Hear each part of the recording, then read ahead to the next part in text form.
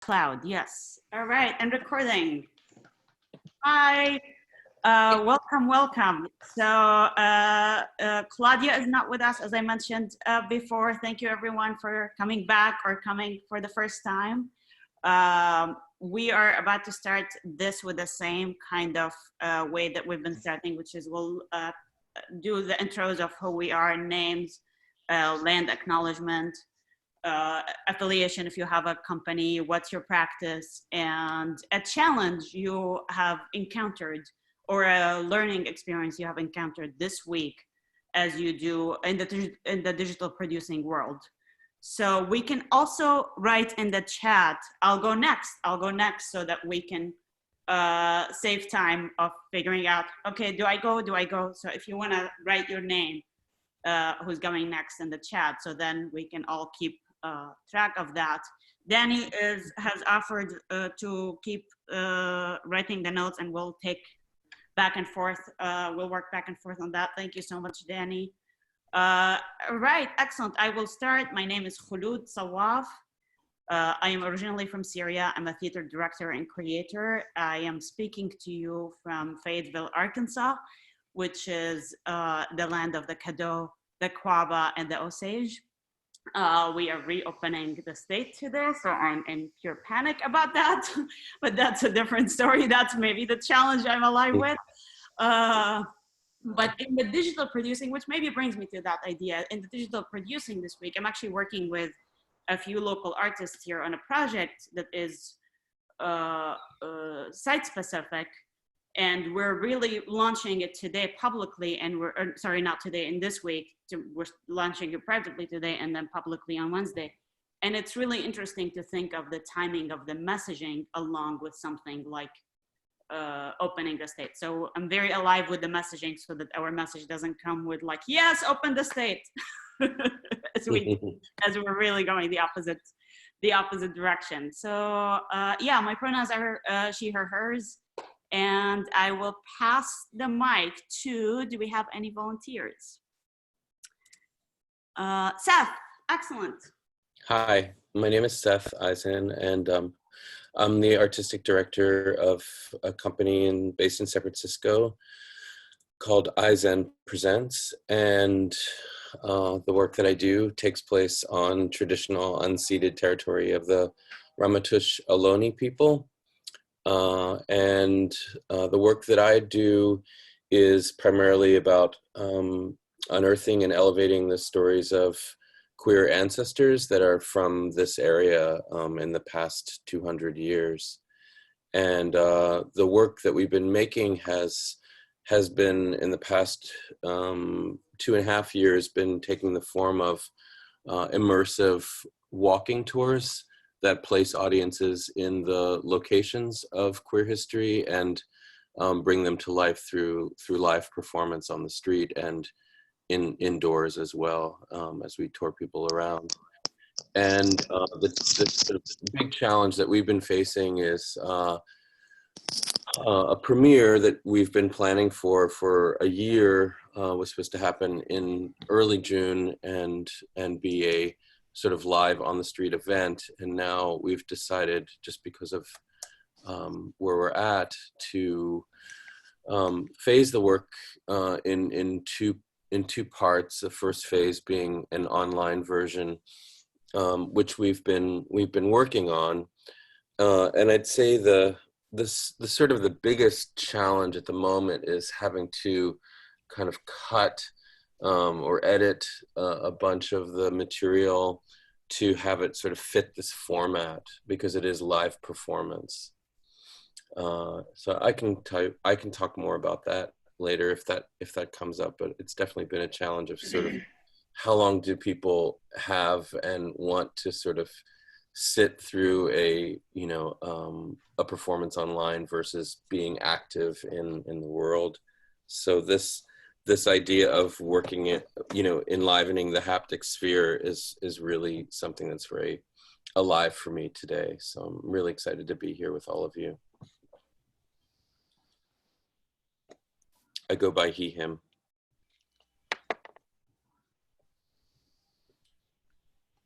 And who wants to go next? Do we have a volunteer? Tanya, can I pass that to you? Great. Hi, folks. Good afternoon from Toronto, Ontario, the traditional territory of the Huron-Wendat, the Haudenosaunee, the Mississauga, the New Credit, and the Anishinaabe people. We're on Dish with One Spoon Wampum Belt Covenant here. A big lake, looks like a ocean maybe to some folks, and is a long time meeting place. So I'm a spoken word artist participating in an oral tradition. We had our 5th online slam last night. So our first one was March 14th, and we do them about every 2 weeks. Of course, our venue is closed, and so we've moved them online. We spoke last week about the difference between webinars on Zoom and live events, and I had a chance to attend the Festival of Literary Diversity, a couple of different events, one Sunday, one Thursday or so.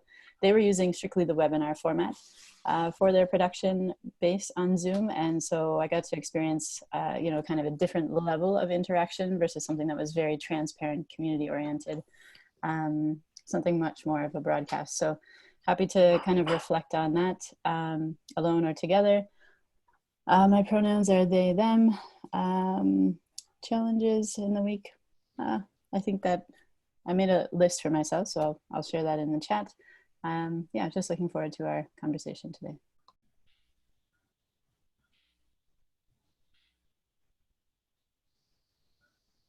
I think I'm next. I'm Sabrina Hamilton. I use the pronouns she, her, hers, and I am talking to you today from Belchertown, Massachusetts, which is the traditional land of the Nipmuc and the Pecumtuck Indians, Native Americans. And my access needs are met. I am the artistic director of the Co-Festival of Performance, that's spelled K-O, if anybody wants to check out cofest.com.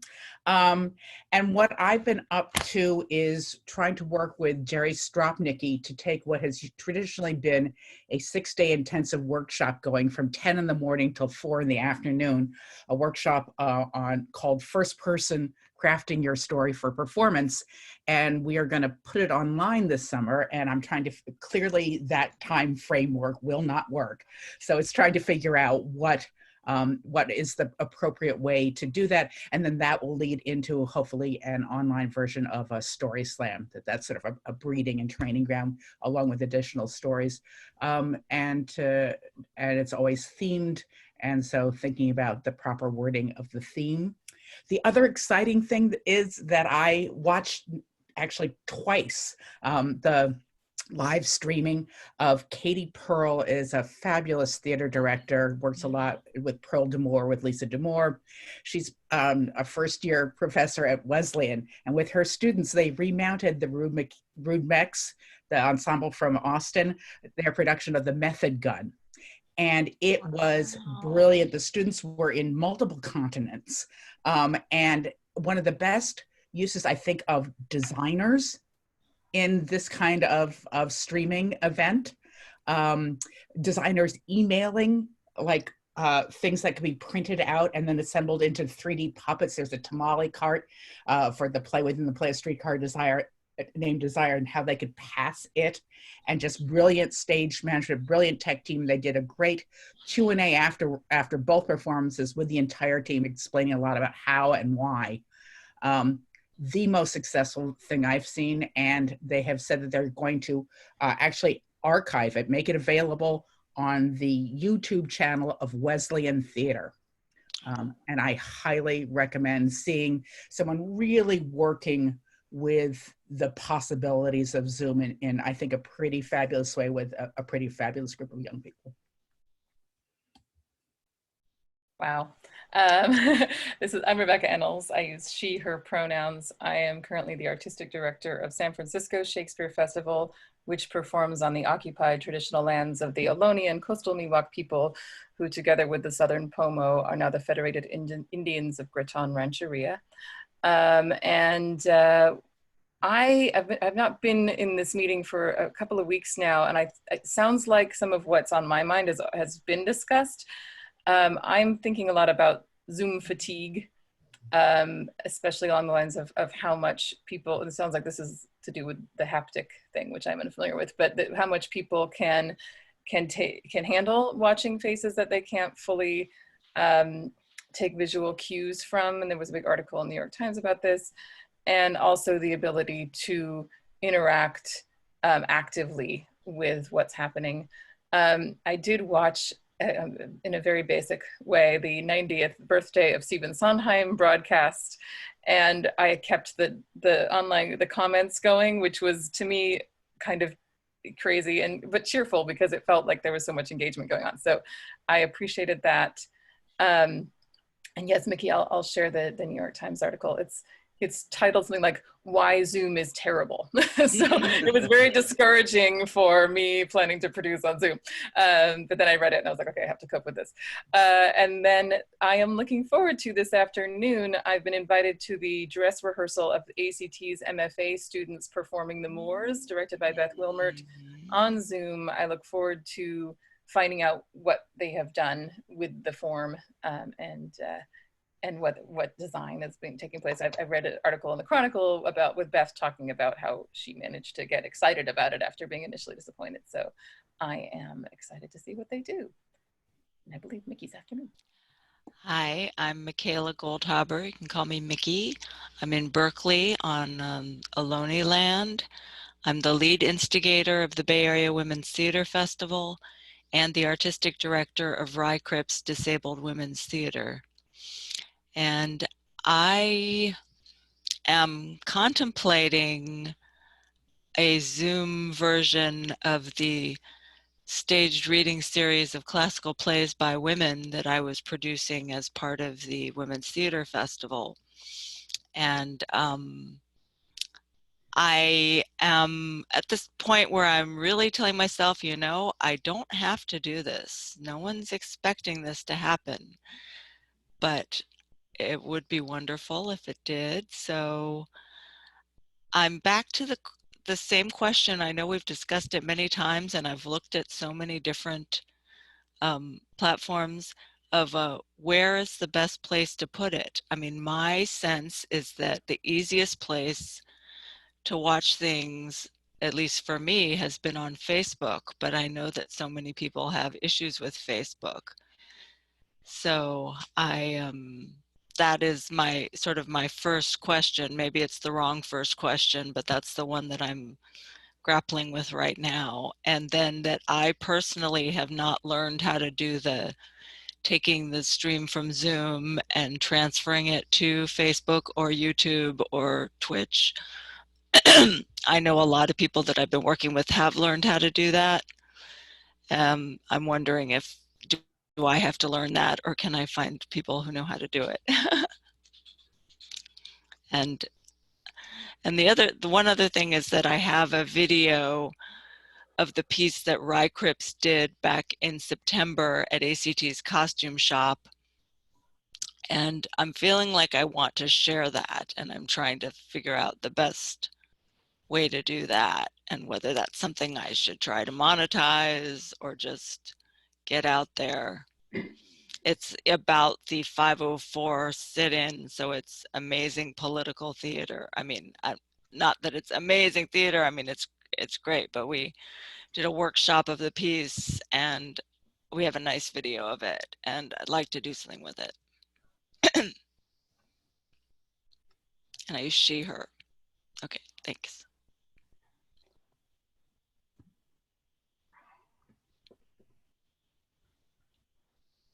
Do we have a next person?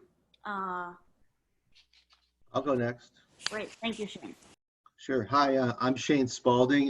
This is my first time with this group, so I'm just sort of stumbled across it last week and thought it sounded like something I might be interested in. I live in the San Francisco Bay Area. My pronouns are he, his. I honestly don't have a quick answer for the land acknowledgements. I'm sorry for that. I'm pretty new to this area. I guess my affiliations are that last year, after like a 15, 16-year hiatus, I returned back to working as a stage manager. I had been a stage manager for about 10, 11 years straight in Chicago back in the 90s and early 2000s. And then took a break and did a lot of entertainment management and production work and tour management and event planning, things like that. And when I found myself back in the city with so many I think San Francisco's theater scene is really cool and really exciting. A lot of different types of theater here celebrated. I thought it'd be fun to get back into something I missed. So I thought this, and I was just recently working at the Magic Theater, and our show was really actually only a week or two short from closing. So we at least got the fulfilling experience of delivering live to our patrons. And it was a great show and a great experience.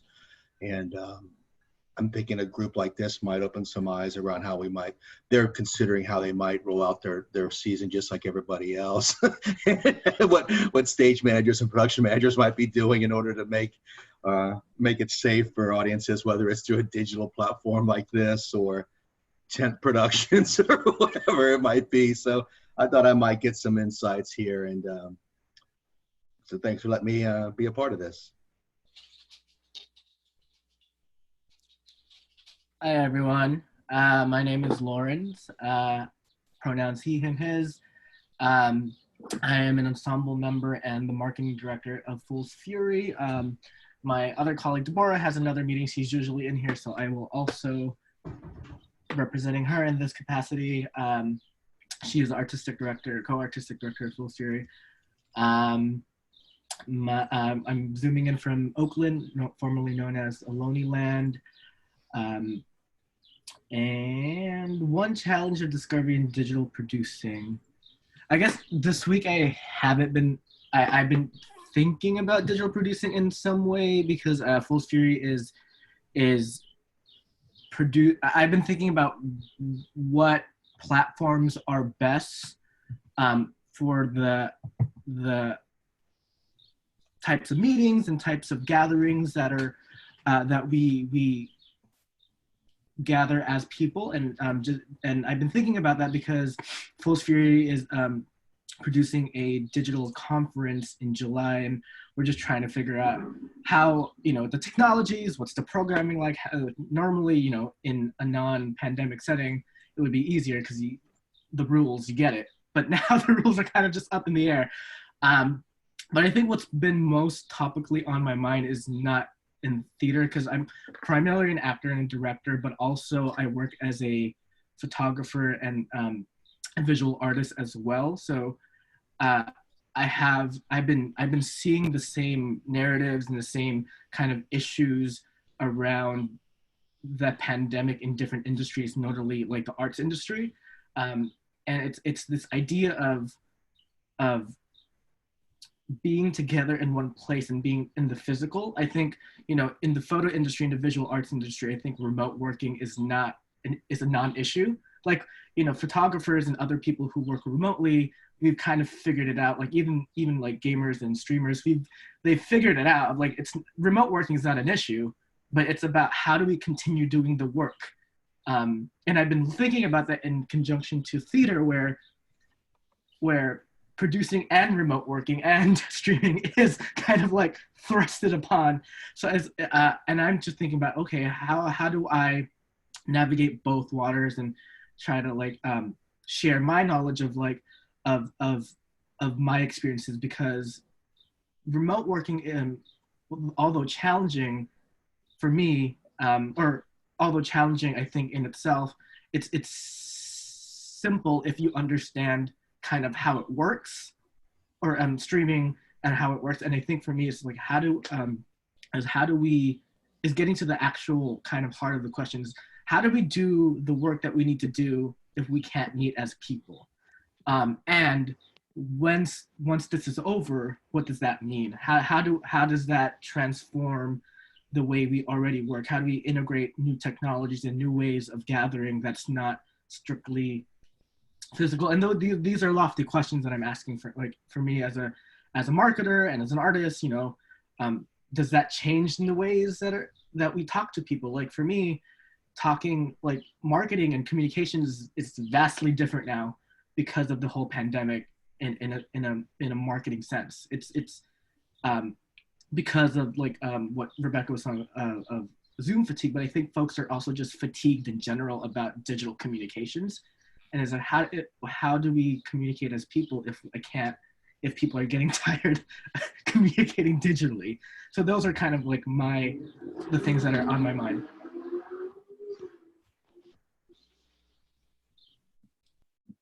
Okay, I guess I'm, oh, sorry. Thank you. I guess I'm next. I'm Erin Merritt. I use singular pronouns, so she, he, whichever you choose. And I'm calling from El Cerrito, which is Ohlone Chochenyo land, unceded. And my access needs are being met, except for that I am really, really feeling that digital fatigue this morning. It is very hard for me to be on this call and I might leave early, so sorry. I'm just too tired to deal with it today. And so I'm thinking about that, but I'm also, my primary concern right now is how are we fundraising for the events that we are doing online? How are we earning income for that, because we must pay our artists? So I'm working on that in a bunch of different places, so I'll hand it on over. Thanks. Hello, everyone. My name is Dan Wolfe. I have pretty unstable internet, so I'm not sure if you're hearing me or seeing me, or if I'm paused in a funny face. I use he, him pronouns. It's my first time on this call. I'm calling in from Ohlone land here in Berkeley. And I'm a hip hop artist and a teaching artist, and I'm a co-founder of something called the Bay Area Theater Cipher, which is a collective of actors and rappers and beatboxers who work on the crossfader of theater, hip hop activism, and community. And I'm trying to find an audience outside of our little circle and looking for any insight on that. Thank you. Thanks, Dan, and everybody. I believe I'm next in the lineup. My name is BJ Evans. I use she, her pronouns. It's my first time joining this call. Thank you for having me, and thank you, Kate, for the invitation. I am in Brooklyn on the land of the Lenape and the Canarsie, and my access needs are being met. I am the senior producer for performing arts at Brick in Brooklyn, and a challenge I am facing in this digital landscape is how to do my job, which sounds so, I used to feel like I was good at my job. I used to feel like I had it figured out. As a producer, there's a lot of brokering, a lot of negotiating. I work at a venue, and so it's very tied to the building, which, you know, not every producerial job is, but mine is very tied to the building and to production and marketing. And I just don't know how to, all of the tools I used to have that I used to use of like grabbing people in the hallway or just popping over to someone's desk or seeing someone in an elevator. I didn't realize how often I utilize these like outside additional like ways of talking to people that are gone. And then just trying to figure out who's in charge. It's a big institution. There's a lot of bureaucracy full of great people and wonderful, very well-intentioned, lovely, wonderful people, but it's still a lot of people. And I'm just trying to figure out how to navigate that bureaucracy digitally and virtually, and how to do my job and who's in charge. And that's like a completely separate issue that is huge and looming besides just the ramifications of virtual theater. And so that's what I'm dealing with right now. Thank you for listening. Thanks, BJ. Patricia Miller here in San Francisco, Ramaytush Ohlone land, pronouns she or they.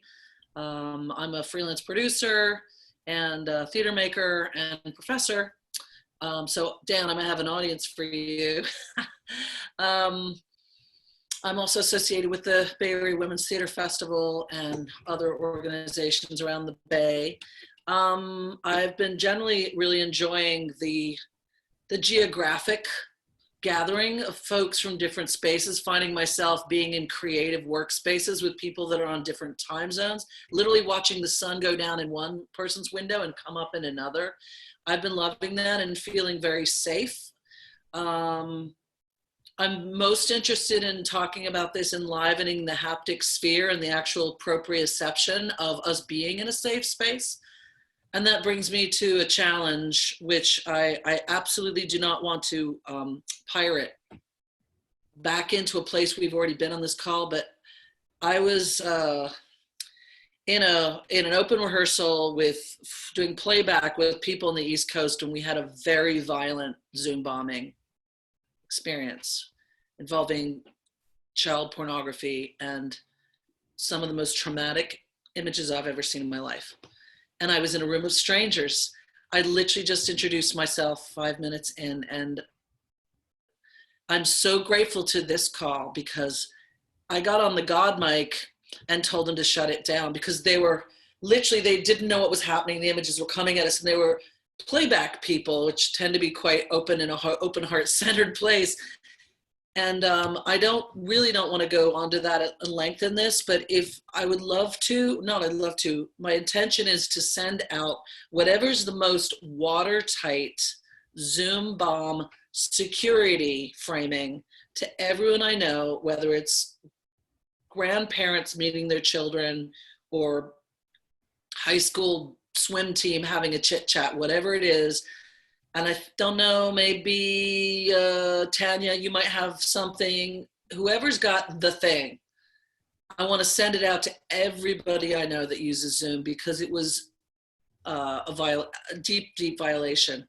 And the sense of safe space and collective democratic sharing it's still physically traumatic to me. So that's pretty much what I want to say. I also want to just remember, we're trying to create this audience integration. How do we do that when we don't know who that one person in the audience is? Check.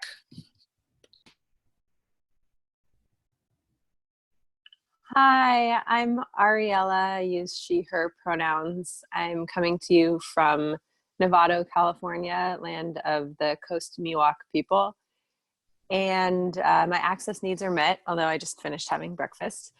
I'm at an interesting inflection point right now between producing work with the Bay Area Women's Theater Festival with Michaela, Aaron, Patricia, and a really wonderful team of artists, and then feeding back into my own artistry and trying to look ahead to what the physical space will be like and how to prepare myself both as a director and a producer for entering that space, holding space for other artists, trying to find some clarity on what to do with the time we have now, how to best plan, how to best connect to resources and build a community. I've just been putting together some plans for a Zoom reading of a new play that I am going to be directing, but don't yet have producing partners or a theatrical home for yet. And that is a bit scary to jump off into the unknown, but I'm really grateful for the artists who have said, like, yes, we want to read this with you and we will see where that goes. Also, I don't know if anyone else, I saw Dan Wolfe yesterday on the Playwrights Foundation festival announcement, and really enjoyed that experience. So if they saved that stream on the Playwrights Foundation Facebook page, I think it's worth a watch, like what they used the space for and how they set up that experience was really interesting. I find that I'm engaging with things so much more differently as an audience member. So I spent some time this week reflecting on my role as an audience member. And also, I had applied to one of the PA positions with the Playwrights Foundation for their festival this summer. And I'm interested, whether or not I get that opportunity, how it will be to work with a different organization in a support capacity for an entirely digital festival in the new work sphere, because that's something I'm also really passionate about. So I'm glad to be here, and I also may have to jump off early, but thank you, Kholoud, and for everyone for holding the space.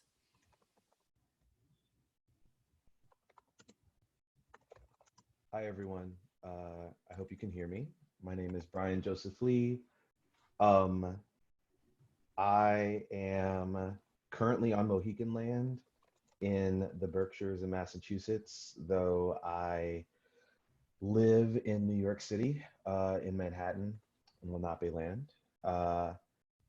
I'm happy to be a part of this conversation. This is the first time I've been able to join, but I've heard about this gathering from other folks who've been a part of it, and it seems really fruitful, so that's great. I find myself both practicing within and outside of institution. Inside of institution, I'm the leader of the Public Forum program at the Public Theater in New York.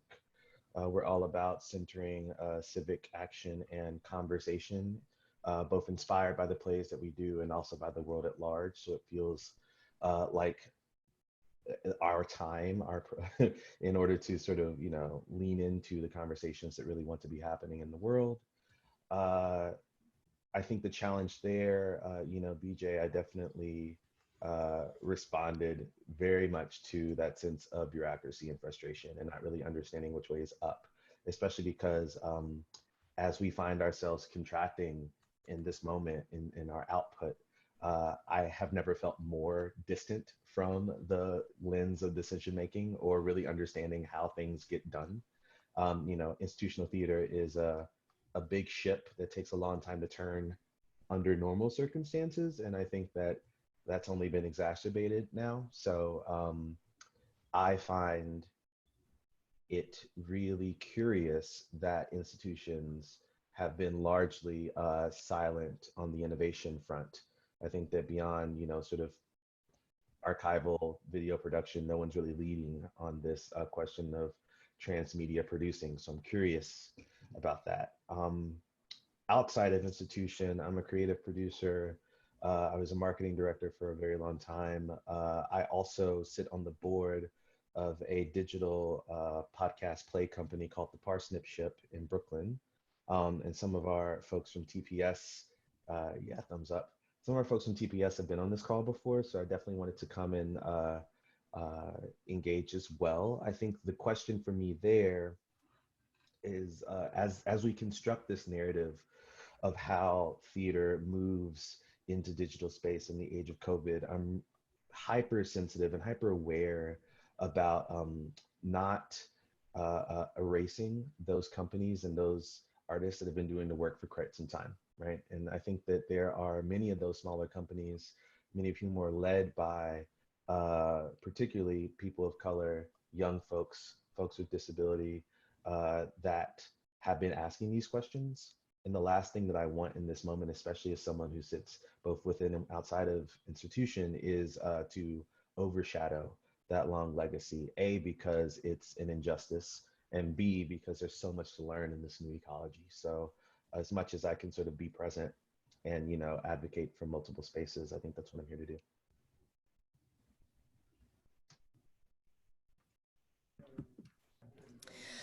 Hi, I'm Robin. I am in Mill Valley, which, thank you for that, the Native First Nations map. I just discovered that I'm actually in the middle of a couple of different lands that I didn't realize, Coastal Miwok and the Ohlone.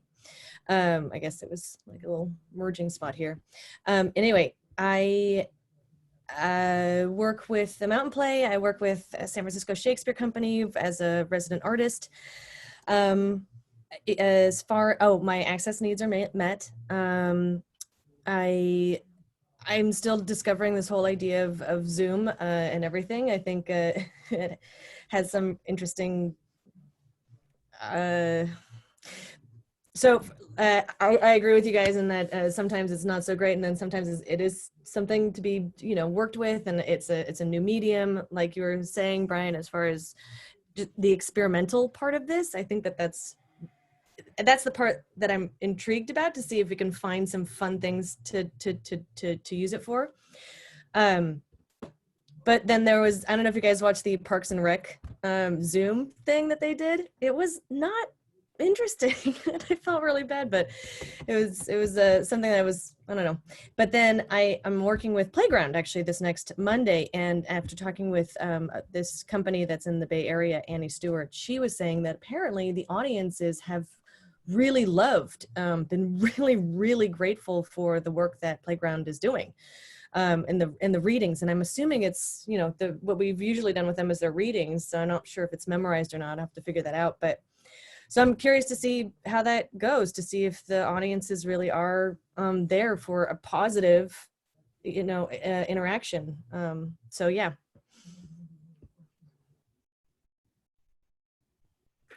Hi all, Kate Freer, she, her pronouns. I am zooming in from Lenape-Hoking, or Lenape and Canarsie land, otherwise known as Brooklyn. My access needs are being met. I am a multimedia designer, creative technologist, educator. I'm a core collaborator with All My Relations Collective and in leadership at Wingspace Theatrical Design, just to name a few of the multi-hyphenate parts of my identity.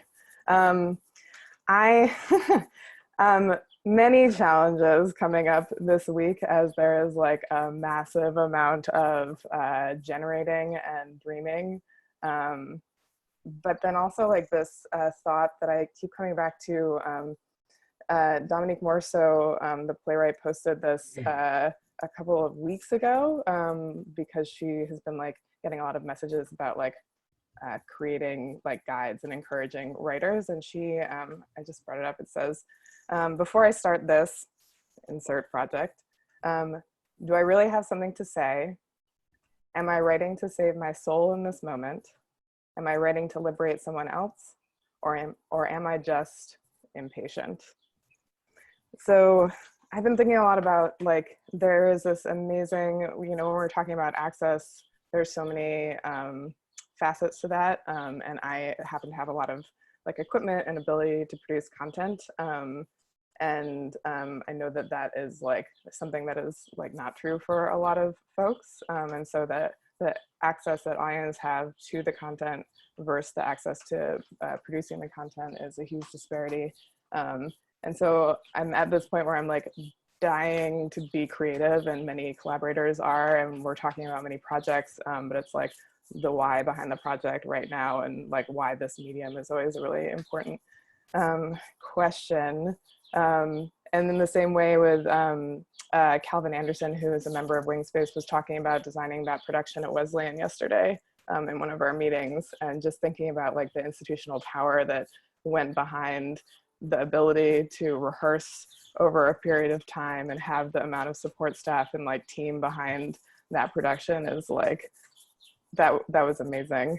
And then just thinking about like what institutions can, what and how institutions can provide support for the artists that they're trying to engage is huge. And BJ and I were talking about that a little bit the other day when we were reflecting back on our virtual residency with Brick, and like continuing that thought. I think that's everything.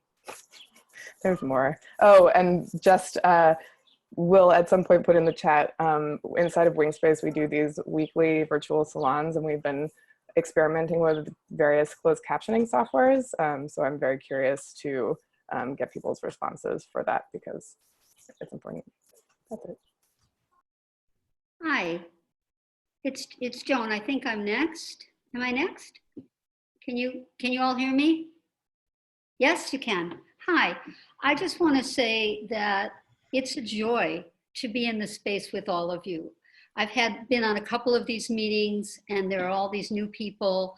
It excites me the way we share so honestly in this very difficult moment, and we really need to problem solve together. So I just want to say I appreciate your showing up. So my name's Joan Lipkin. I'm the artistic director of that Uppity Theater Company in St. Louis, which is the land of the Osage. My access needs are met. My pronouns are she, her, hers. I'm also an independent artist. And I want to bring two quick thoughts to you, hopefully quick today. One is I've been asked to do a webinar tomorrow with some supposed thought leaders in St. Louis. I'm sort of like David and Goliath, because it's like somebody who's the head of the regional theater here and also one of the major funders and somebody who heads a foundation with venues. And then there's me, who's sort of like the cultural provocateur with my work here, and can be counted on to often offer a dissenting point of view. And it's been very interesting to me, the questions that they're asking, because most of the questions that they've sent to us to think about for this webinar tomorrow are about when you reopen, and how soon do you plan to reopen, and how are you going to reopen differently? And I'm thinking, who knows when any of us are going to reopen? I mean, the science tells us that we don't know when we're going to reopen. And it concerns me that there's a lot of emphasis on the live because we love to be together, but there's a lot of health issues about how we can be together safely, right? So it's interesting to be in a conversation that's going to take place that I don't think that is being framed appropriately. I mean, I heard this great conversation, Brian Joseph Lee, with Oscar Eustace at the Siegel Center 2 days ago. He doesn't know when you're going to open. This is Oscar. He doesn't know, right? So I think we have moved into, for the time being, the land of digital space. I don't know if you sort of agree with me. Would you give me a thumbs up just so I can see if most of you are thinking that is a lot of what's happening, needing to happen? No? Yes, some of you agree? Okay, so yes, we don't know, right? So Shane, we don't know. So, but I think that the land of the digital is very challenging for some of us because we are about a live shared space. And, but it's a technology that we need to figure out. And it's difficult because I have Zoom fatigue, right? And I also wonder about numbers. So the challenge I have right now is that I'm very involved with safe voting, voter protection. I mentioned this a couple of weeks ago. We do a big event called Dance the Vote, in which we commission dancers, spoken word artists to create original work about the history and urgency of voting, especially now. When we did it in October, we had a community dance party, and then we had 20 different groups perform. We had 1,100 people show up. It was thrilling. We also got coverage by every television station in the area because we were nonpartisan. I'm not nonpartisan, but the project is, right? I don't know what to do. I don't know how, if it's possible to transform this idea that worked so well in the community and had such impact, and we registered so many people, if there's a way to do that project digitally. Because the dance was not all solo work. It was about people being with each other, you know? So I bring my questions to this brilliant group of problem solvers and just share that it's good just to be able to say, what can we do? What shall we do? So if anybody wants to write to me privately or in chat and respond, but thank you. And I'll stop now. Thanks. Oh, somebody's next. Sabina's next. Hi, I'm Sabina. I use she, her pronouns. I'm calling in from New York, which is largely Lenape land. I'm actually here in capacity as an intern for Calling Up Justice and Claudia, so I'm really excited to listen and learn from all you people who are, working with groups and in causes that I really respect and want to learn from. But aside from that, I'm a theater director in training, and I recently started a South Asian theater ensemble in New York City. We're still sorting out a solid group of membership and body of people who are interested artists, so an exciting challenge for me has been thoughtful outreach for events, as we're very much relegated to social media, which is difficult when you're building up a base, as well as like doing outreach for workshops and events and things like that.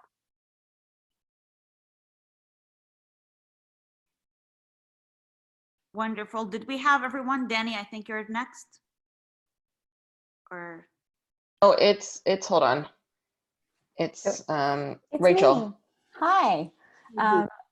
Hey everyone, I'm Rachel Grossman. I she, her. As I eat my oatmeal, my access needs are being met. And I am here on the traditional homelands of the Piscataway near the Nagachatunk in Washington, D.C. I am a director, devised theater artist, collaborative playwright, performer, producer. I like beets and Brussels sprouts and the color pink. I love being in these conversations because everything that everyone has said so far, yes. Last Zoom meeting I was in with Joan, I cried. I'm gonna maybe do that again, maybe not. I think the things that I'm thinking about are purpose of gatherings still, which I was thinking about, or purpose of plays. So maybe a little bit about inspired by what Kate, but really about what everyone has said. It's like, why this now? Like, come on, it's like the purpose of the gathering and how that's being informed the way it's being gathered. Of course, if we have to gather digitally, but like why?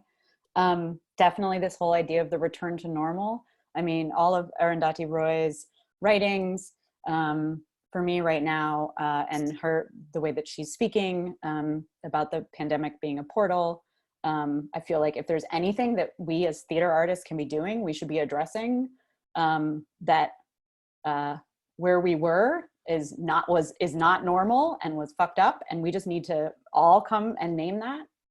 Yeah. And stop everything else, because I'm also not partisan. The inflexibility of institutions, and Double Edge Theater Company just is talking about their summer pageant, and I was just really moved. This last thing to say is I was really moved by this phrase that they're using to frame potentially their summer pageant and the way they're looking to put that on this year, which is physically distant but socially together. And I was just really moved by that, which is why I couldn't like thumbs up that we're all about digital right now, because I feel like there's so much, like I'm creating a list of all ideas that either I'm having or y'all are having about like types of plays. And there's just so much potential that we're just like, it's either in a theater or it's on Zoom. And I'm like, come on. Like somebody call me. I'll give you my ideas just for theater to be more inventive, but not really. You should donate to the Arts Administrators Network of Color, my fee. There you go. Kevin, now it's your turn. Hello, my name is Kevin Myrick. I live and work in the San Francisco Bay Area on Ohlone lands. I'm a theater artist. Right, the time we were shut down was right in the middle of technical rehearsals for the next show I was working on. And of course, that show was canceled along with the rest of the shows I was doing this season. I've spent most of my time since then working with family members. Most of my family are teachers, so I've been helping them with getting their technology together for online teaching and online learning. My challenge right now is getting back to my theater community. What types of things can I do with my community? I'm a lighting and multimedia designer, and so I've been very interested in what's been going on with theater online, with seeing what's happening with multimedia, with theater, with doing lighting and with doing sets and things in the world of Zoom, looking around at different tools that people can use or that I could use to manage productions, to manage lighting, switching, video on productions. I'm very interested in what's happening with that. Not only during this pandemic era, but I can see things that can continue happening with that after all of this is over. There's like a new art form kind of in the makings here. And I would like to get involved with that and start working more with that.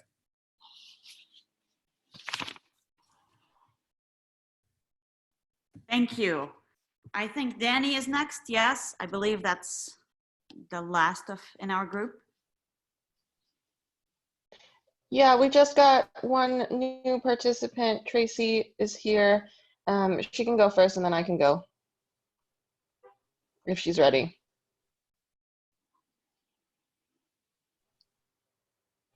No worries, I'll go. I'm Danny Bay. I'm based in the Bay Area out in Oakland on Ohlone land. My access needs are met. Go by she, her, hers. What else? Yeah, no, just, this is the time where social distancing gets really hard, and I'm right by the lake and seeing all the people who aren't social distancing and who are deciding to picnic is really disheartening, especially when so many people are doing so much to social distance and use technology to keep themselves socially present. Is a really hard dynamic for me to deal with almost every day. So yeah, that's one of the challenges that I'm coming into this with, is like, yeah, that's it. That's all I got. Thank you. Hello, Tracy. Can you hear us? Want to go next? Yeah, I can. Sorry, I just walked in, so I was like, welcome. All good. We're just actually introducing ourselves. We're saying our practice, land acknowledgement, and affiliation if you're affiliated with a company. And we're saying one challenge that we are facing in the world of digital producing that we face this week. oh, I am not a video producer. I just thought you guys were going to talk about it. Is it okay to listen, or would you like me to? Absolutely, no worries. No, welcome. Thank you for joining. Okay, so one of the things I'm struggling with is isolation. You know, it's just like, it's rough not being able to meet with people and talk with them. And so. Yes, thank you. Thank you. Thank you everyone for the wonderful introductions. I know it took a lot of time, but a lot of fruitfulness came. And for those who are joining us for the first time, I know you heard some of us mention access needs or not. This is just something that we acknowledge. If there is anything you want to acknowledge to the group so that we could make this space more accessible for you. For example, I sometimes mention that English is my second language. So every now and then I'm like, what? Especially when someone mentions an idiom, I'm like, what ears with what? So those are an example of access needs. And thank you all for reminding us to do best practices. Something that came up that was very interesting is the idea of the short span of focus or fatigue in the digital space. Does anyone want to elaborate on that? I think, Erin, you mentioned that you're alive with that. So I don't know if you want to elaborate on that.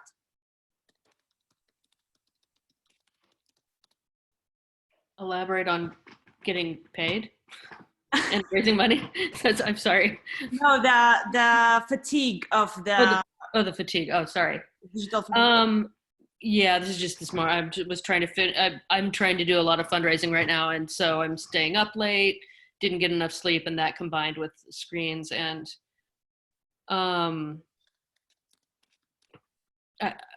I don't know that there's anything I can say that could be useful. We all have to introduce ourselves, but I find the introductions exhausting because there's so many people. They're important. They have to be done, right? And I want to know everybody that's in here, but that's taken an hour. So that's hard. Yeah, totally. And I think maybe there is something, we're experimenting with what's the best way to lead the space, and maybe there is something of we'll make the challenges we're alive with maybe a shorter snippet. So thank you for bringing that up. I know Seth mentioned also the idea of the fatigue or the short span for the audience specifically. So I wonder if you want to talk about that, Seth. Yeah, I mean, just specifically, you know, we're working on a project that was supposed to be, you know, live on the street and, you know, incredibly interactive in that people are moving through space and time, and, you know, and we're you know, now working on translating that into an online experience. And, you know, we're having quite a lot of fun, you know, just playing with actors in rehearsals, but, you know, and we have a number of scenes that are fairly interactive to begin with. But yeah, but I'm concerned with like a show that would have been an hour 45 to 2 hours and 10 minutes, something like that. And how long people can actually, you know, how long they can or want to have the desire to, you know, sort of sit and participate in something. So that's kind of where my question's coming from. Please, yes. I'm gonna link this question about fatigue back to, I think, what Kate and maybe Rachel were bringing up about purpose. Like, I think they're really tied. I think if people can see or feel the purpose of why they're online, then there's a lot of motivation. I think our needs are being made really clear to us right now by, facing the starkest realities of life, including death. So how we spend our time is more precious, and it's something we're probably thinking about more thoughtfully than we would in another time or place. So how long should something be? I think it's tied to like, what is the purpose of it? And at a practical level, I'm not talking about necessarily like dismissing entertainment per se, because I think that sometimes that's a valuable like harm reduction tool when folks are having a hard time. And it's also a really, really essential asset to reducing the impacts of isolation in terms of the mental health realities that we face right now. So, with the Toronto Poetry Slam that we have, typically it's like a 3-hour show. We started 8, we ended 11 sharp. We ask our poets to sign up at 7:30, and then the doors are at 7. So about a 4-hour span of time. We've condensed that down to like the show itself, 2 hours. We finished at like 10:05 last night, and the poets are still arriving early to check their sound and their mic to make sure that once the audience is there, we're kind of going, 7-minute dance break in the middle or washroom break, and then the last third of the show. So I still think gathering is important, and entertainment is important. I mean, theater, I'll just give one shout out back to the Bay Area Women's Theater Festival, because the play that they produced in 24 hours, I helped on the technical side, but I didn't know anything about the content. And I keep thinking about it. And to me, that's an asset at this time. They showed 4 actors, just to give you a very brief synopsis of it, each functioning in very different ways and handling things. One person drinking immediately, one person struggling with the complexities of reality as a parent in this time and as a partner of a front care healthline worker. Someone who was very community oriented and adding all sorts of tools, a fourth person. And over the period of, how long was the show? Someone can, as necessary, an hour. There was like this downward spiral to like, oh, I'm suffering, you're suffering, I'm drinking, you're drinking. And I think that was interesting to think as a community of like, we all have our ways of handling this time, but as we go deeper, what does it mean for us collectively? Do we all end up in the same like hot mess place, and how do we look out for each other? And like thinking about big ethical questions at this time, like Brian Joseph Lee, thank you so much for talking about, why we're able to actually springboard and produce so much right now.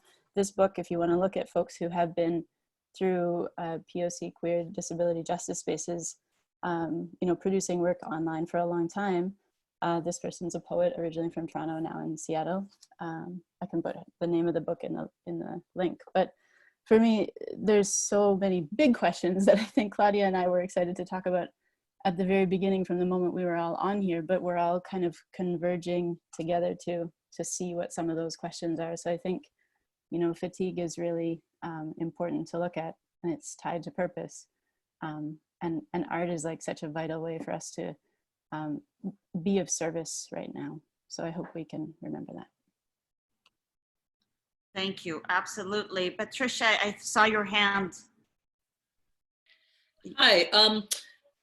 Someone was on this call, Seth, a couple of weeks ago, who was working, I believe, in a writer's retreat. And the way they presented the work was they revealed different parts of the retreat. They were all isolated from each other. But knowing your work and knowing how space is important, that idea of actually like your performers showing you a space, and maybe it's a private space and not the public space, but that idea of actually, not just Brady Bunch talking, but actually engaging with space and distance, etc., was very intriguing to me. It just popped into my mind when I think about the kind of work you do, which is amazing work. And I would love to chat with you sometime if you're trying to think of some folks, some ideas. But that's what I wanted to say. Thank you so much, Tanya, for mentioning also purpose, though. I mean, many of us have been sitting through, 3.5 hours from the Globe or, the Opera House or whatever, and it's fine. Because you're engaged in this whole thing that takes that long, but you could sit through a half an hour experimental piece and get bored if it's not engaging you in the right structure. I don't think I know what I just said just then, so I'm going to shut up. Yeah, that's wonderful, and I feel like there is also something that that was brought up a lot, which is the idea of audience reactions and how do we manage that in a digital space, and how do we get some of the vibrancy that we experience in a live space that naturally comes with the art form that we practice. So does anyone want to elaborate on that? Yes, Erin, you wanted to. Yeah, just a second. Oh, yeah, I might be going back a little bit, just kind of touching back into what Tanya had said. Thank you for the shout out to Bay Area Women's Theater Festival. So what they're talking about is an event that we wrote for Zoom. And so that's going back to purpose for me, because I'm also I don't want to do a show just to do a show. I want to do something that actually is why here, why now? What is it about now? What does it do for right now? And also that it's interesting to watch. So I have a couple different thoughts about that. One, we are all in different spaces, different parts of the day. So there might be a time of the day that I can watch something for 3 hours, and another time of the day that no matter how well that thing is produced, I can't watch it for more than 5 minutes. So it's not always that the event is done wrong. You may be watching it at the wrong moment. So the beauty of this moment is that you don't necessarily have to watch it live. You can watch it when you're ready to watch it. So that's something we can take advantage of. But the other thing so I was the person who convened those playwrights to write that particular play that Tanya was talking about. And so what I said to them was, this is normally part of a big live play/dance party. And it's a scene, and then everybody gets up and dances together, and then a scene again. And so first I had to explain to them how that works usually in real time, in real meat space, right? And then we had to guess how that would change in this space. And so we would turn everybody's videos on during the dancing portions.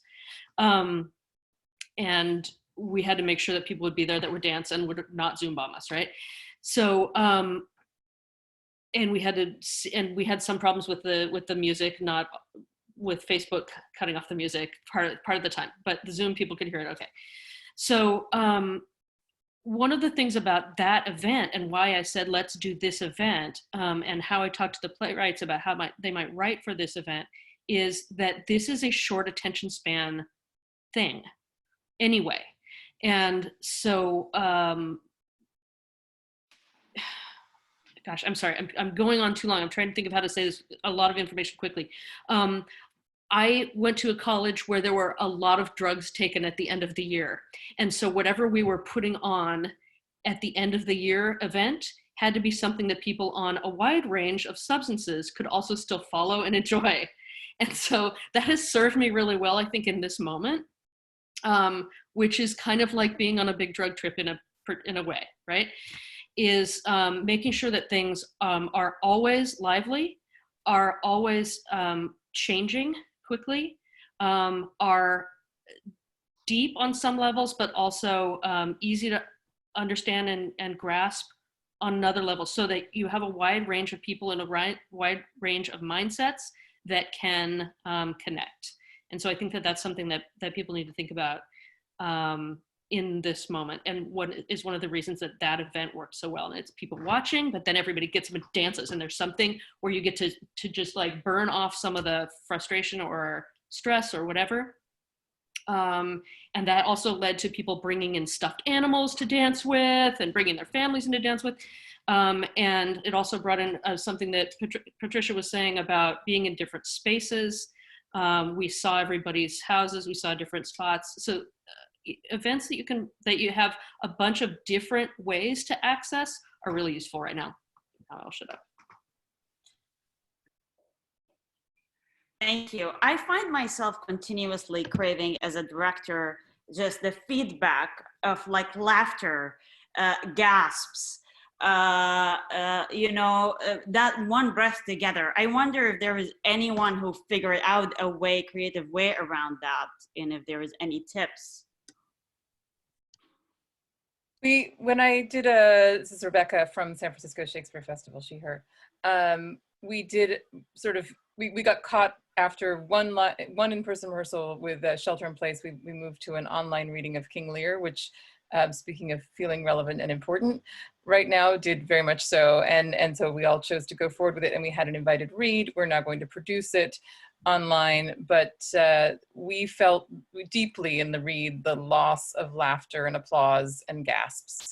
And we've played with the idea of if it were in a Zoom meeting format or whatever format we decided to use, some kind of open microphone moments where things could be opened up in transitions for people to hear an audience. Also just, I mean, this is kind of ridiculous, but it's used in television, the idea of an applause track or a laugh track that gives the actors some kind of fuel if it feels in any way genuine. It has been an ongoing topic. For people watching, say on YouTube Live, having an ongoing stream of comments does feel interactive for the people watching, but that's very distracting. Actors wouldn't be on that particular platform watching it while performing. They would be focused on what they were doing. So they need something audio that's coming in. So yeah, just thinking of like, do you crack open mics for transitional moments? Do you, of course, a nice live Q&A at the end is really lovely because then people can hear the response, and of course an open chat at the end for that too is nice. But yeah, in between things, like to get the energy, the feedback that actors need through the process. And if anyone else has tried any of that, I'd love to hear about it. Tanya, I know you do a lot of poetry slams producing, and I wonder how you have figured out any, and if you have any tips around that. Well, we could try a tiny experiment. I put a comment in the chat to say that some younger actors, certainly poets, might be able to take in the chat as they perform. If we have a lag, because if you've ever been to a slam, you only have 3 minutes and 10 seconds to be able to do your poem. So we're actually using that same format. And if there's a lag, we take that out of your time. After 3 minutes and 10 seconds, we would move on. So where time is of the essence, like we're finding still to hold people like accountable to that space.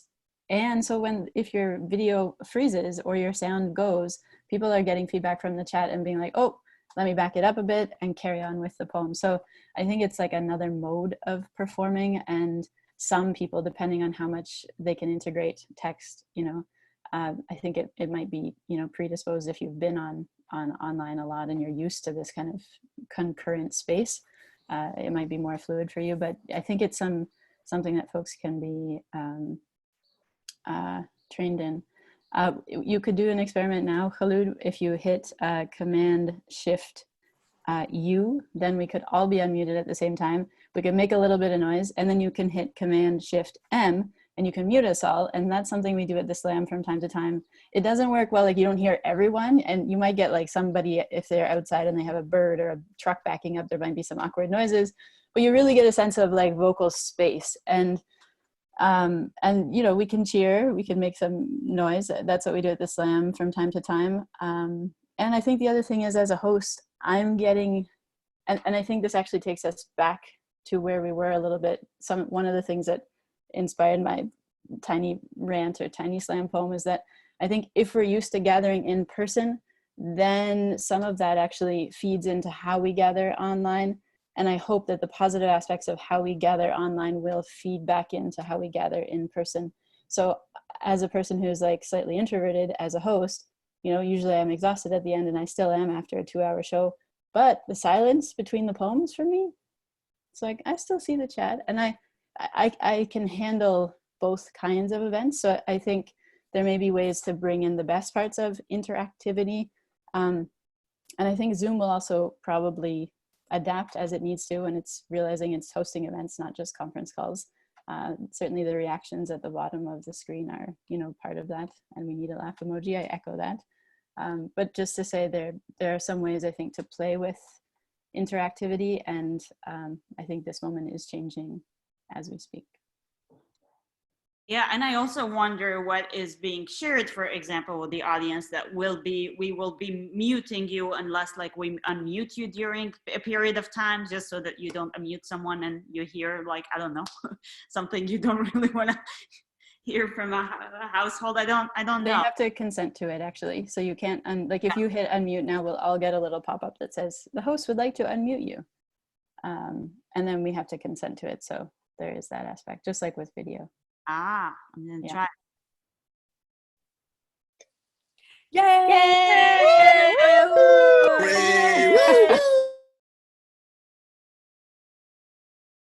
This is awesome.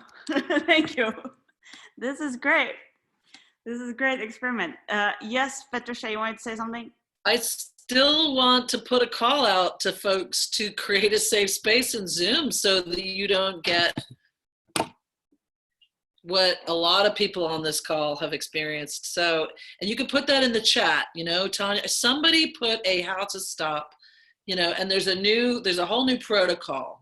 And it's really important that people know it, because this is at least 5 humans that I know that have experienced this, and it's pretty appalling. I mean, that's a hard thing because there's all of these protocols that you can follow that are out there, and it's very easy to Google them. And Zoom is putting those out there. The thing that we do for Wingspace is like actually just have a dedicated person or 2 as like security, just monitoring. And like, because somebody could sign up to like register for your event with that intention and still get the same links and like be registered and, you know, do that. So you just need to like have basically security. Thanks, Kate. Yeah. Yeah, thank you. Rachel, you want to say something? I wanted to build off what Tanya was saying, or referring to, which I think, you know, theater in general and our kind of wraparound programs or like engagement programs, or even the way that much of immersive or participatory theater is created, at least in the US, is still comes from the artist, and is very artist centric, and comes from a particular like mode of delivery and works towards a specific engagement type, or is, I'm sorry, directed as a certain engagement type, like, or types of engagers, or a certain intersection of types of engagers. And I think what Tanya brought up, I mean, is looking at, I mean, this might be another opportunity where we're looking at different engager types and really able to say like, okay, what are the different types of ways that people engage with content? One of which we haven't taken advantage of very well in the theater is the digital engagers, and of which there are a lot, as Sabrina pointed out, of different ages, not all young.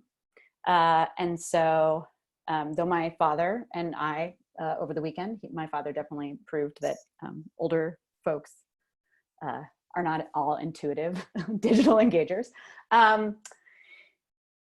So I think we can use this moment to say like, how can we look at like the digital platforms, but also like in terms of people who are full digesters and people who are immediate responders and people who are not necessarily in terms of introverted, extroverted, but in terms of those people who are public engagers and private engagers and visual and auditory and kinesthetic, and, you know, like, what are the ways that we can really start digging into that? And so we're making more audience integrated theater rather than art, and audience centric theater rather than the artist centric theater that we are programmed to make in the US. And so it's less about us and more about the people who we're trying to create work for. Just like, and that goes back to purpose. But. Absolutely. Thank you. And I don't want to, I hate to interrupt this wonderful conversation, but I do want to share a couple of things. One of them is this wonderful audio play that Claudia brought to us. And it is, let me share my screen.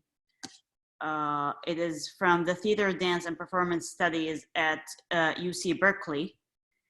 And let me just share the screen. And they did really interesting work between and sharing the design as well as sharing the actors. I know they're calling it radio play, but since it's not live, it would be more like an audio play. So I'm gonna play a couple moments from that.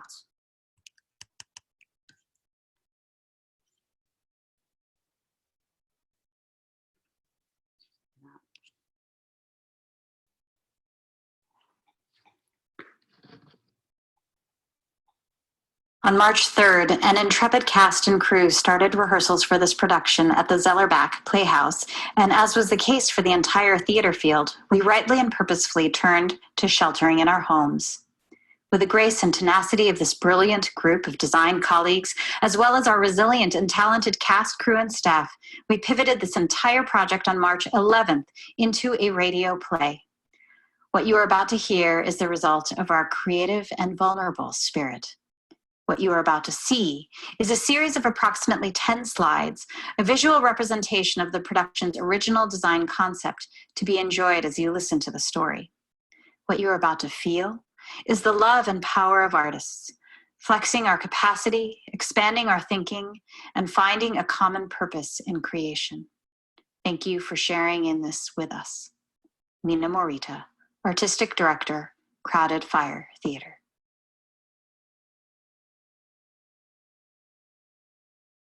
Nueva New York, USA, in the late 23rd century. The Museum of Natural History in the newly built Hall of Caucasian Peoples. A thick curtain hides an exhibit. A holographic projection of the Director of Fish, Wildlife, and Ethnic Preservation appears. Namaste. Hola. Salam. Ni min hao. Bonjour. Jambo. Good morning, everyone. From the esteemed guests here at the Museum of Natural History to those of you joining us via Neuralink around the world, as Director of U.S. Fish, Wildlife, and Ethnic Preservation, it is my great honor to welcome you to the opening of the Hall of Caucasian Peoples. This exhibition marks the next step in linking America. European grandparents, voyagers from the distant past. For millennia, these Caucasoid wanderers migrated to every continent, dispersing our African ancestors and mingling with our Aboriginal grandparents across the Americas. So anyways, I just wanted to share a couple moments from that because it was really creative and very fun to watch. I'll put the link in the chat, and it was not monetized. So you could register to get the password. I think they have it for a limited few days.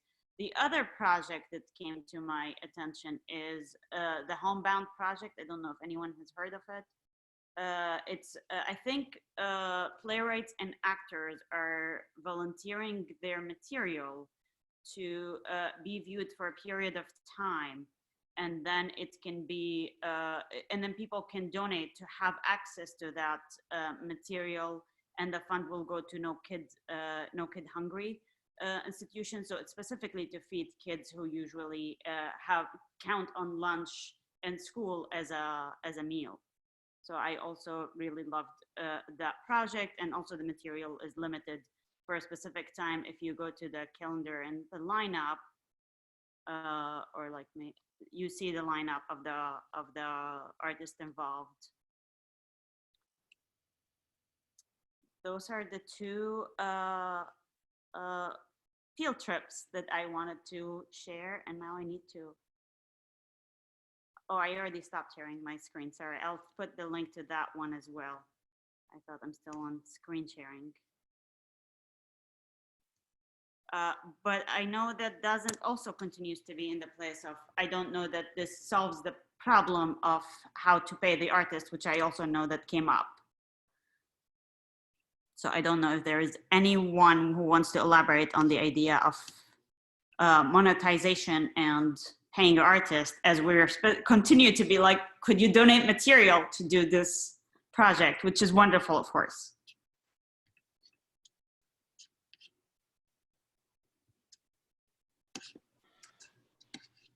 This is Rebecca again. We traditionally produce free material, free Shakespeare in the Park, but we do have an education program that is monetized. So that's Bay Area Shakespeare Camps. And we have pivoted to an online model for that. And those announcements have started going out.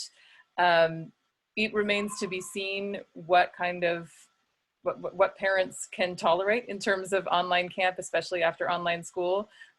Robin Grahn is actually very much involved in this as well, who's also on the call.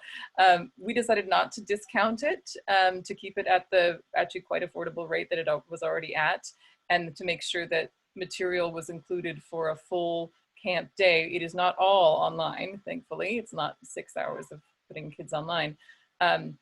I am a parent, and so I'm very actively engaged in what it looks like to do a transmedia school day, which is really what it is. And so I think there will be a big, at the end of the school year, which in San Francisco is June 2nd, I think there will be a big no more screens moment for most parents, and that will last about 2 weeks. And then I think the kids having no structure will push people back into that mode, and then we will suddenly see more interest because people won't feel safe gathering yet. There won't be in-person camps available yet, and there will be a need for something. So that's my prediction. We'll see. It will not be the kind of sales that we do in the usual year, but we hope that it will at least, we will be able to pay the teaching artists who are currently creating video and curriculum material. So I am very happy to continue sharing how that goes. We did a really extensive survey of parents as well, and I'm still kind of collating the information, because for ticket sales, it's also interesting in terms of who feels safe doing what right now. So when I have that data, I'm sharing it widely in our community here in the Bay Area, and happy to share it beyond that. Thank you. Yes, and also anything that's being mentioned, if you guys want to post if links in the chat as well as in the going notes, thank you so much, so that everyone can have access to that. Thank you. It's interesting that friends of mine are doing radio play work in Chicago, and they're having, for example, the challenge of finding rights to do a play, you know, by playwrights who would be willing to offer that, understandably so. So they go back to doing Shaw or Shakespeare, and we go to the question of like, okay, we're doing white playwrights again, white men playwrights. So it's an interesting conversation around to continue the work of equity, diversity, and inclusion as the time of like, also how do you do that with, how do you be more inclusive, but also no one is making money. So who would be willing to share, and the work versus the work that's public domain.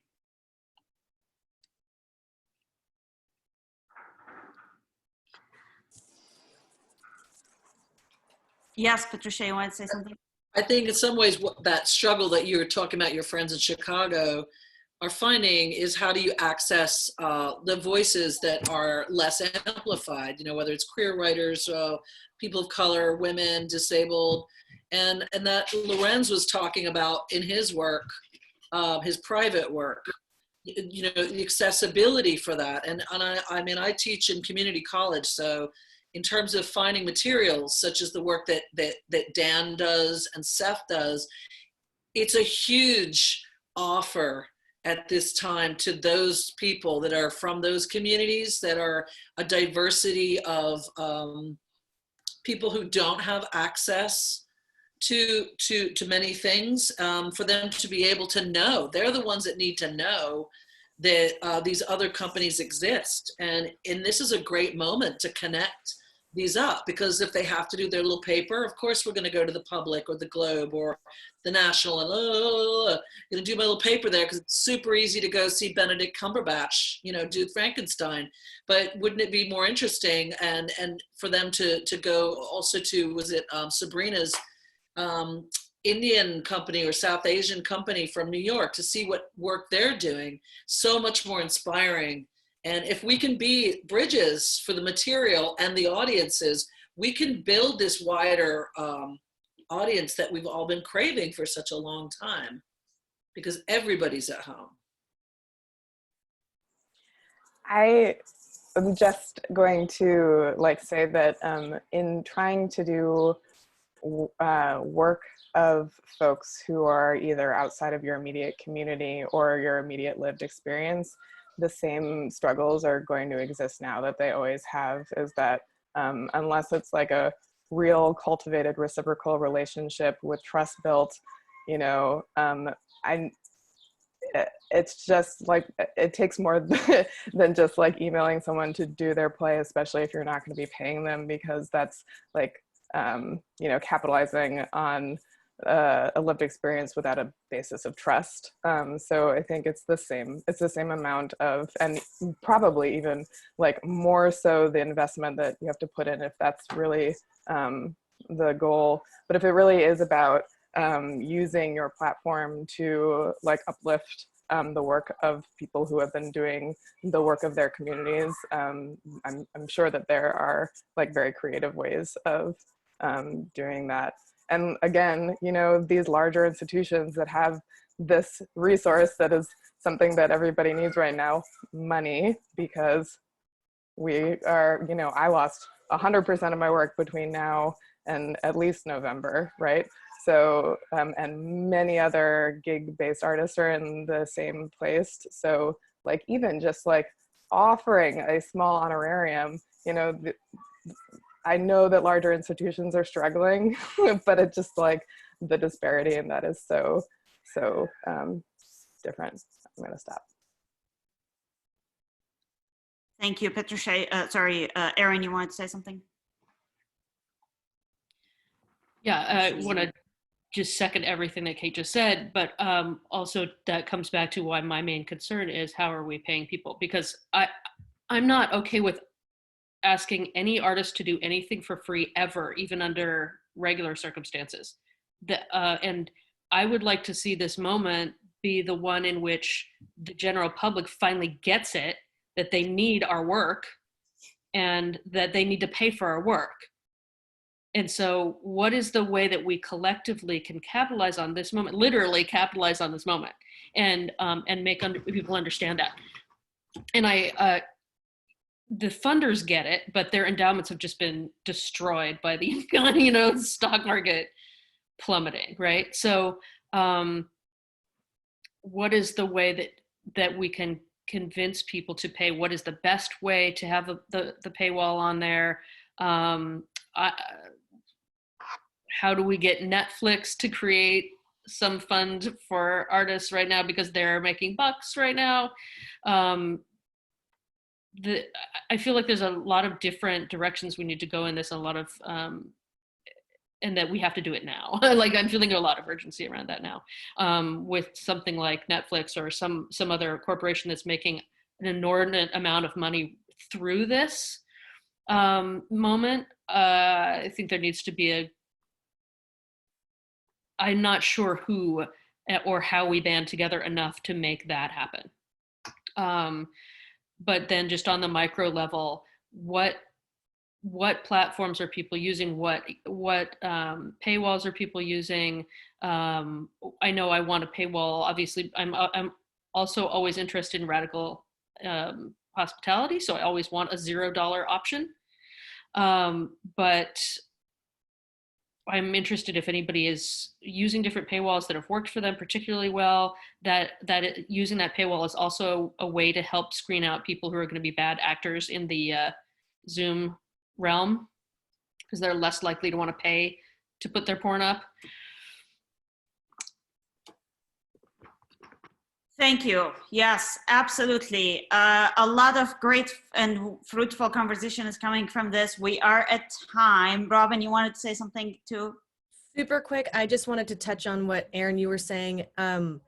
That has been in my head for a while now, especially when it comes to environment, when it comes to social justice, when it comes to the arts, healthcare, arts, education, like an environment. It doesn't fit in the system that has been, you know, machinating this entire time, and we finally have this chance to actually breathe and rethink everything. And of course we have the worst possible leadership ever to try and do that, but you know what, I'm gonna I have to check off as well, but I'm gonna make a commitment to this week. I'm gonna try and do some research specifically into those groups that I think we can maybe start to look into, because that is prime. And you're right, it is starting to feel more like it's now because we're reopening and we're reopening to go back to normal, back to, as far as Trump is concerned, the 1950s, you know. And if there are already organizations that are working to stop that, I think I'm going to try and look into that and do what I can for this group, because I think that would be really,